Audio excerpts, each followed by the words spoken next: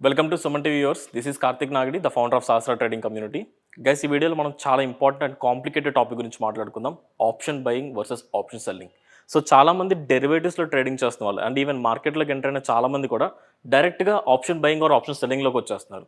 కానీ అందులో ఎంత రిస్క్ ఉంటుంది, ఎంత రివార్డ్ ఉంటుందో తెలియకుండా పీపుల్ లైక్ చాలా ల్యాక్స్ ఆఫ్ రూపీస్ లాస్ అవుతున్నారు. సో వాళ్ళందరికీ కంప్లీట్గా ఒక బిగినర్ పాయింట్ ఆఫ్ వ్యూలో మీరు మార్కెట్లోకి ఎంటర్ అయినప్పుడు వెదర్ మీరు ఆప్షన్ బయింగ్ సెట్ అవుతుందా లేదా ఆప్షన్ సెల్లింగ్ సెట్ అవుతుందా లేదా ఎయిట్లో ప్రాబిలిటీ ఆఫ్ విన్నింగ్ ఎలా ఉంటుందని సింపుల్ లాంగ్వేజ్ ఎక్స్ప్లెయిన్ చేయడానికి ట్రై చేస్తాను.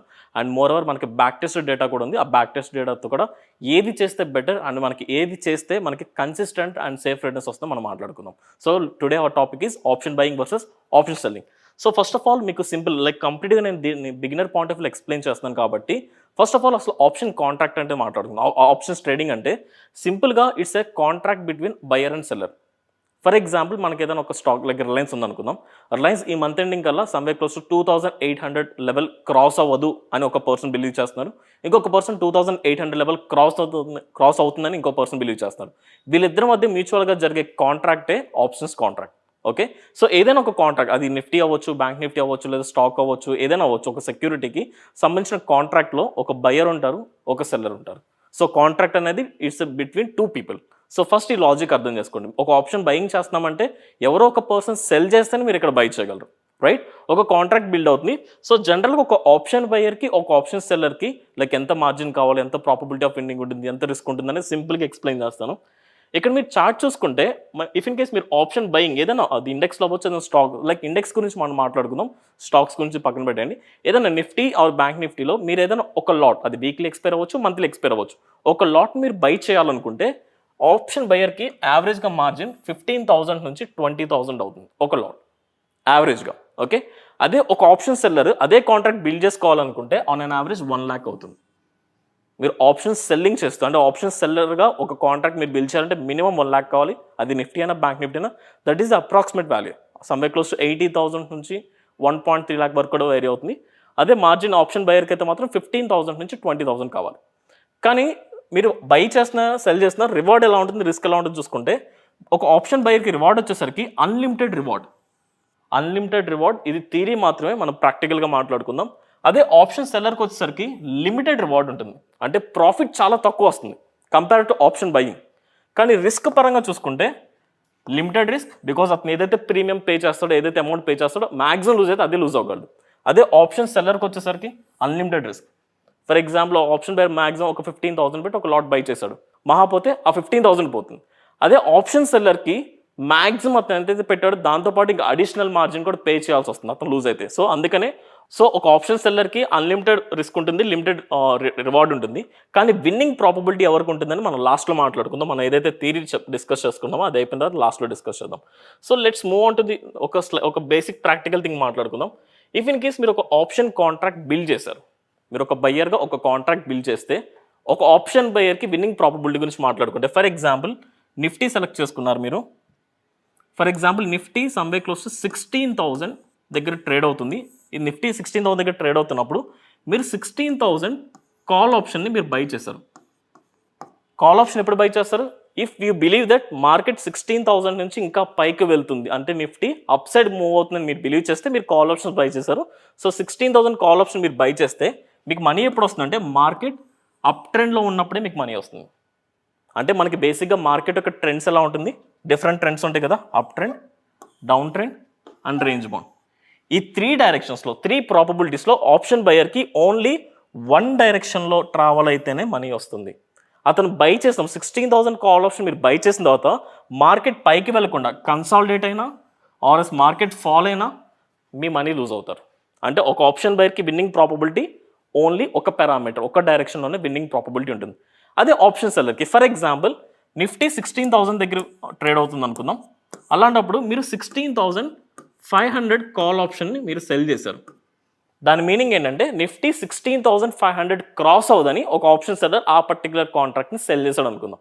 ఇప్పుడు ఇలాంటప్పుడు నిఫ్టీ 16,000 నుంచి 16,400కి వెళ్ళింది, అంటే మార్కెట్ పైకి వెళ్ళింది. లేదు మార్కెట్ 16,000 దగ్గర ఒక 2 to 3 days కన్సాలిడేట్ అవుతుంది. ఆర్ఎస్ మార్కెట్ 16,000 నుంచి 15,800 వరకు ఫాల్ అయింది అనుకుందాం. ఈ 3 డైరెక్షన్స్లో కూడా అతనికి మనీ వస్తుంది. కానీ ఒక లాజిక్ ఏంటంటే ఎక్స్పైరీ టైం కల్లా మనకు weekly expiry, monthly expiry, 2 expiries ఉంది కదా, వీక్లీ ఎక్స్పైరీ కల్లా ఆ పర్టికులర్ ఎక్స్పైరీ కల్లా నిఫ్టీ 16,500 బ్రేక్ అవ్వకుండా ఉంటే చాలు. 16,500 కింద ఎక్కడ క్లోజింగ్ జరిగినా ఈ 3 పారామీటర్స్లో ఒక ఆప్షన్ సెల్లర్కి మనీ వస్తుంది. సో జస్ట్ ప్రాక్టికల్గా మాట్లాడుకుంటే మనకి సో ఆప్షన్ బయర్కి ఒక డైరెక్షన్, సింగిల్ డైరెక్షన్లో మార్కెట్ ట్రావెల్ అయితే మనీ వస్తుంది. వేరే ఆప్షన్ సెల్లర్కి ఎలాంటి డైరెక్షన్లో వెళ్ళినా అతను ఏదైతే సెల్ చేశారో ఆ పర్టికులర్ లెవెల్ క్రాస్ అవ్వనంత వరకు అతను సేఫే. ఓకే, సో ఇంకా ప్రాక్టికల్గా మాట్లాడుకుంటే ఒక ఆప్షన్ బయర్కి ఎప్పుడు ఎగ్జాక్ట్గా ప్రాఫిట్ వస్తుందంటే, సో ఆప్షన్ బయర్కి మనకి ఖచ్చితంగా మార్కెట్లో అతను సెలెక్ట్ చేసుకున్న అసెట్లో మొమెంటం ఉండాలి. అంటే లైక్ ఫర్ ఎగ్జాంపుల్ అది నిఫ్టీ అవ్వచ్చు, బ్యాంక్ నిఫ్టీ, ఏదైనా ఒక సెక్యూరిటీ అవ్వచ్చు, అది స్ట్రాంగ్ మొమెంటం ఇస్తేనే అతనికి విన్నింగ్ ప్రాబబిలిటీ ఉంటుంది. అలా కాకుండా మార్కెట్ కన్సాలిడేట్ అయినా లైక్ ఆర్ఎస్ ఫాల్ అయినా లాస్ అవుతారు. అదే ఆప్షన్ సెల్లర్కి ఎఫెక్టివ్ రిజల్ట్స్ ఎప్పుడు వస్తుందంటే అతను సెలెక్ట్ చేసుకున్న అసెట్ అనేది రేంజ్ బౌండ్లో ఉన్నప్పుడు అతనికి ప్రాబబిలిటీ ఆఫ్ విన్నింగ్ ఎక్కువ ఉంటుంది. ఓకే, సో ఇది థియరీ. కానీ మనం ప్రాక్టికల్గా యాక్చువల్లీ నేను నిఫ్టీ కంప్లీట్గా 2015 నుంచి జూలై వరకు కూడా ఇప్పటివరకు బ్యాక్ టెస్టింగ్ చేశాను. Complete Nifty 1 day like particular ఇంట్రాడేలో ఎన్ని పాయింట్స్ ట్రావెల్ అయింది, ఆర్ఎస్ ఎంత రేంజ్లో ట్రావెల్ అవుతుందని ఒక బ్యాక్ టెస్టింగ్ చేశాను. సో ఈ బ్యాక్ టెస్ట్ డేటా ప్రకారం మనం చూసుకుంటే సో ప్రతిరోజు నిఫ్టీ లైక్ ప్రతి ఇంట్రాడే సెషన్లో 1% క్రాస్ అయిందా, 1% క్రాస్ అవ్వలేదా నేను బ్యాక్ టెస్టింగ్ చేశాను. ఈ బ్యాక్ టెస్ట్ రిజల్ట్స్ ప్రకారం 2015 నుంచి 19th జూలై 2022 వరకు కూడా నిఫ్టీ 51 టైమ్స్ 1% రేంజ్లోనే ట్రేడ్ అయింది. అంటే 1% కూడా క్రాస్ అవ్వలేదు ఇంట్రాడే సెషన్లో. జస్ట్ 48% మాత్రమే 1% క్రాస్ అయింది. ఓవరాల్ ట్రేడింగ్ సెషన్లో 967 టైమ్స్ నిఫ్టీ రేంజ్ బౌండ్లోనే ట్రావెల్ అయింది. అండ్ మోర్ ఓవర్ 1% మాత్రమే కొంచెం ట్రెండింగ్, అంటే 1% దాటి క్రాస్ అయింది. సో ఈ ప్రకారం చూసుకుంటే అండ్ ఇంకొక డేటా కూడా చూపిస్తాను. 1.5% బ్యాక్ టెస్టింగ్ కూడా నేను చేశాను. So let's go back to 1.5%. So ఇదే సేమ్ డేటాతో మనం 1.5% లెవెల్ చూసుకుంటే Nifty more than like entire last 7 yearsలో 1490 టైమ్స్, అంటే more than nearly 80% of the times market 1.5% రేంజ్లోనే ట్రావెల్ అయింది. జస్ట్ 20% మాత్రమే 1.5% క్రాస్ అయింది.